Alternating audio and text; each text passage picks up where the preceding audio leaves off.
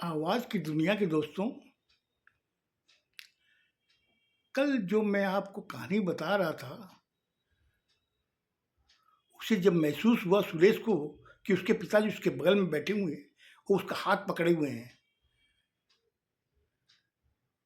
उसने पंडित के कान में कहा था कि पंडित जी, मेरे पिताजी मेरे बगल में बैठे हुए हैं। उस समय पंडित ने अनसुनी कर दी बात को।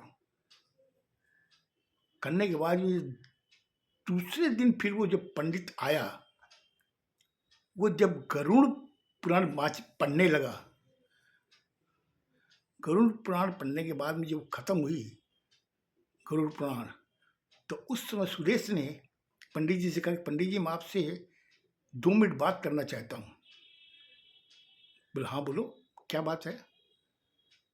बोले एक काम कीजिए ना, आप बाहर बरंडे में चलिए, मैं आ रहा हूँ आपके पास में। उसने अपनी गरुड़ पुराण को अपने कपड़े में लपेट के उसको खाक में दबाया, दबा करके बाहर आए। आने के बाद में सुरेश बाहर खड़ा हुआ था, उनका इंतजार कर रहा था। जब वो आए तो उन्होंने कहा कि पंडित जी, मैं आपसे फिर एक चीज रिपीट कर रहा हूं और मुझे सच बताइए आखिर क्या बात है ये। बोले पूछो बेटा, मैं तुझे सही बताऊंगा। बोले मुझे मेरे पिताजी दिख रहे हैं, अभी मेरे बगल में खड़े हुए हैं, क्या आपको दिखाई दे रहे हैं? उसने इधर उधर देखा, देख के कहा नहीं बेटा, मुझे तो नहीं दिखाई दे रहे। बोले अब मैं आपसे एक चीज पूछता हूं, जबकि अभी गुरु पुराण में आपने बताया कि जब इंसान मरता है, मरने के बाद में उसकी आत्मा उस घर के आसपास 12 दिन तक रहती है, क्या ये सच है? पंडित ने सुना उसकी बात को। सुनने के बाद में उसने कहा कि हाँ बेटा, ये एकदम सच है, वो आत्मा रहती है और गरुड़ पुराण खत्म होने के बाद में वो आत्मा परमात्मा के पास चली जाती है। तो इसका मतलब कि अभी आत्मा यहीं पर भटक रही है। बोला हाँ बेटा, वो भटक रही है। तो फिर आपको क्यों नहीं दिखाई दे रही? मुझे दिखाई देती है वो। रात में मैं सोता हूँ, मेरे बगल में आके बैठ जाते हैं, मेरे सर पे हाथ फेराते हैं। आखिर ये क्या है? बोले बेटा देखो, मुझे जितना नॉलेज है उस हिसाब से मैं तुम्हें बता रहा हूँ कि ये बात सही है। और आत्मा भटकती है और भटकने के बाद जब 12 दिन पुराण पूरे खत्म हो जाते हैं, तब वो आत्मा परमात्मा के पास चली जाती है। तो कैसे जाती है? बोले परमात्मा उसको बुला लेता है। बोले पंडित जी, अभी भी मेरे सवाल जो हैं वो क्लियर नहीं हो रहे हैं, मेरे समझ में पूरी बात नहीं आ रही है। मैं आपको बता रहा हूं, मेरे बगल में खड़े हुए हैं, आप बोलते हैं मुझे दिखाई नहीं दे रहे हैं। ये क्या चीज है? यही चीज मुझे मेरे पिताजी ने जब शमशान में जब चिता जल रही थी, पिताजी मेरे बगल में आके बैठ गए थे। मैंने उनसे कहा कि पापा, आप, मेरे दिमाग में एक ही चीज आ रही थी कि जो वो चिता जल रही वो किसकी है फिर? तब पिताजी ने मुझे कहा कि ये मेरे शरीर को जलाया जा रहा है, मेरी आत्मा तेरे पास बैठी हुई है।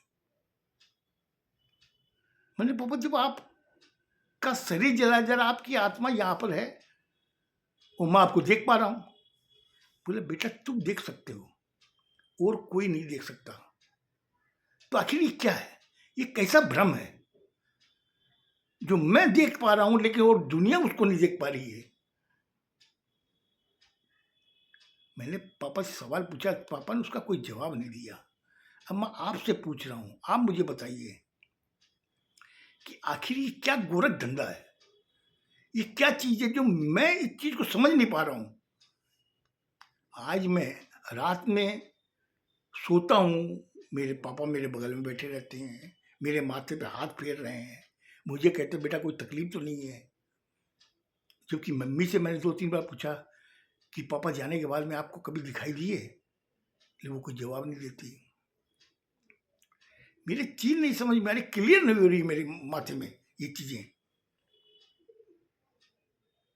इतनी देर में उसके कान में आवाज़ आती है उसके पापा की। बोले बेटा पंडित जी को जाने दो, इनको और भी काम है, मैं हूं ना यहाँ पर, मैं सब देख लूंगा, तू जरा सी चिंता मत कर। जब उनकी कान में जब आवाज सुनता हूं तो मुझे एक अलग टाइप की हिम्मत आती है। मैं जा उनको कहता हूँ पंडित जी ठीक आप जाइए, फिर वापस कमरे में आके बैठ जाता हूँ। बैठने के बाद में और जो भी मेरे रिलेटिव्स हैं सब आके मुझसे बातें बातें करते हैं, मेरा टाइम निकल जाता है। लेकिन मेरे दिमाग में एक ही चीज आ रही है कि आखिर ये क्या है, किस दुनिया में हम लोग रह रहे हैं कि कोई आदमी अगर जाता है उसे पता नहीं रहता है कि वो जा रहा है, इस पृथ्वी को छोड़कर उसे पता नहीं रहता है। अगर उसे पता नहीं रहता तो वो जाता कैसे है? कौन सी गाड़ी आती है उसको लेने के लिए, कौन सी हवाई जहाज आती है जो उनको बैठा करके ले जाती है परमात्मा के पास में, जबकि सब बोलते परमात्मा ऊपर है। अरे ऊपर ऊपर जाने का कोई रास्ता तो होगा भाई। ये सब जंजाल उनके दिमाग में रहते हैं, वो समझ नहीं पा रहा। फिर लोग बात बोलते बोले कि और सुरेश अब एक काम करो, ये करना है वो करना है, कई नाना नाम की बातें उनको समझाते हैं, सब ज्ञान उनको दे रहे हैं। वो बेटा अब तुम ध्यान रखना, तुम्हें ही घर को संभालना है, और जैसे भी हो अपनी मम्मी का सहारा बनना, नाना रकम की बातें उसको बताते हैं। और वो बड़े आराम से मासूम सा सुनता रहता सारी बातें। उस दिन रात होती है, रात के समय वो सो रहा है, सोते ही अचानक उसको सपना आता है कि उसके पिताजी रो रहे हैं। वो उनके पास जाता है, जाके पिताजी से कहता पिताजी क्या बात है, आप रो क्यों रहे हो? वो कोई जवाब नहीं देते हैं। बोले पापा क्या बात है, आप रो क्यों रहे हो? बोले बेटा मेरी एक इच्छा थी।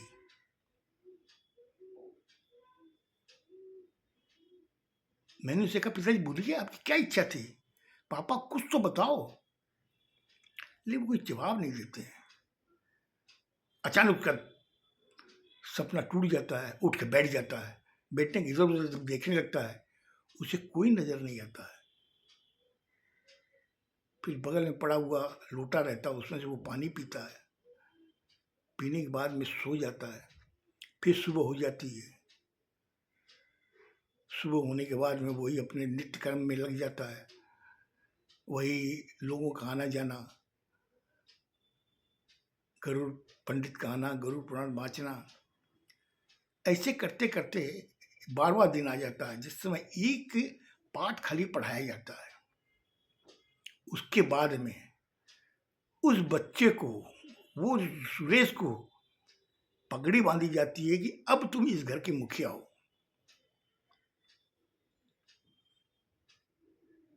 सारा कार्यक्रम होता है, उसको एक चौकी पर बैठाया जाता है, आसन रख करके बैठता है, पंडित जी पूजा करते हैं, उसको तिलक लगाते हैं।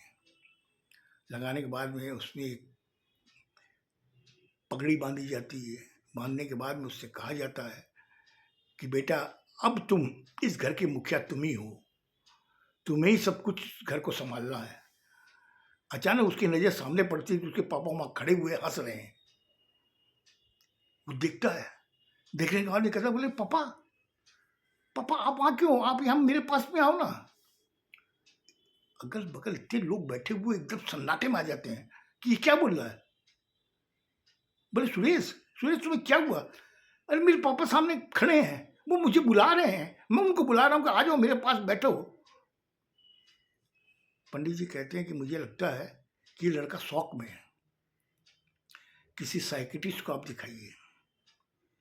इतना कह के अपना पूजा पाठ करके वो चला जाता है।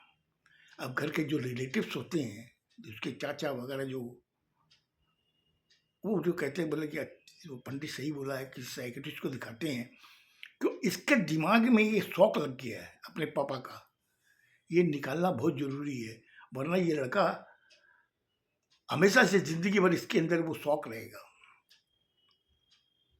उसको ले जाते हैं डॉक्टर के पास में। डॉक्टर उसको देखता है, सारी उसको घटना बताई जाती है, ये सब चीजें हो रही है। वो कहता है ठीक, आप चिंता न करें, मैं इसका ट्रीटमेंट चालू करता हूँ। वो ट्रीटमेंट करता है, कई नाना रकम के उससे सवाल पूछता है। तुम्हें ये आभास कैसे होता है? जिस समय तुम्हें आभास होता है तुमको क्या लगता है? क्या तुम्हारा शरीर कांपता है? या अंदर से कोई ऐसा लगता है कि कोई तुमको जोर से बोल रहा है? वो कोई जवाब नहीं देता। फिर डॉक्टर बोलता, बोले बेटा एक काम कीजिए आप, आज मैं आपको एक कहानी सुनाता हूँ। बोले डॉक्टर साहब, मेरी आज कहानी सुनने की कोई इच्छा नहीं है। आप सेकंड जब विजिट करें तो मुझे आप कहानी सुनाइए, अभी मैं बहुत ज़्यादा परेशान हूँ। बोले परेशानी का कारण क्या है? उसने, डॉक्टर साहब इसका मैं कारण आपको नहीं बता सकता, लेकिन सेकंड विजिट में आप जो मुझे कहानी सुनाएंगे तब मैं आपको बताऊंगा इसका क्या कारण है। बोले ठीक है बेटा, आप जैसा बोलते हो वैसे करेंगे। आप एक काम कीजिए, अभी आप जाइए और उसकी मम्मी को कहता है किसी लोकल मेडिकल शॉप से खरीद लीजिएगा और कंपाउंडर को बोलिए कि इंजेक्शन रात को सोने के पहले लगा दे। इससे क्या होगा, इसका दिमाग थोड़ा शांत रहेगा, ताकि ज़्यादा कुछ सोचे नहीं। मुझे लगता है ये कम से कम 5 इंजेक्शन इसके लगेंगे, उसके बाद भी एकदम नॉर्मल लाइफ में आ जाएगा। उसकी वाइफ, उसकी माँ रमेश्वरी इसके लेके आ जाती है। उस दिन रात को उसको इंजेक्शन लगाया जाता है, सो जाता है। सोने के बाद में सुबह वो नित्य कर्म करके आके बैठता है चाय पीने के लिए। उस समय ऐसा लगता है कि उसकी माँ चाय लेके आ रही है, लेकिन उसे लग रहा है कि उसके पिताजी लेके आ रहे चाय। बोलते पापा आप चाय लेके आए हो? बोला बेटा मैं खाली था, मैं इसलिए ले आया। अब पापा आप भी बैठो, हम लोग दोनों चाय पियेंगे। वो बोलता पापा आप कहाँ गए? को याद करता रहता हूँ पापा, डॉक्टर मुझे बताइए रात को इंजेक्शन देता है, अब तो मुझे आप सपने में भी नहीं आते, रात में नींद भी नहीं खुलती मेरी, मुझे ऐसा लगता ही नहीं आप मेरे बगल में बैठे हो। उस समय चाय जिस समय वो देता है, जबकि उसकी माँ है, लेकिन वो समझ रहा है कि पिताजी दे रहे हैं। उस समय उनको बगल में बैठाता है, वो सोचती है कि बेटा मुझे भूला है। कि माँ बगल में बैठ जाती है, बैठ के उठ के उसके पीठ पे हाथ फेरती है, हाँ बोल बेटा। वो कहता पापा आप मुझे बताइए आप कहाँ चले गए? आज आपको बताना पड़ेगा, मैं आपको जाने नहीं दूंगा। उसमें बाप अपने बेटे को क्या बोलता है आप सुनिएगा। बहुत इंटरेस्टिंग बात उसके बाप ने उससे कही थी। कहने के बाद में वो सुन करके काफी हैरान हुआ। मुझे लगता है आज मैंने आपका ज्यादा टाइम ले लिया। खुश रहो, स्वस्थ रहो, धन्यवाद।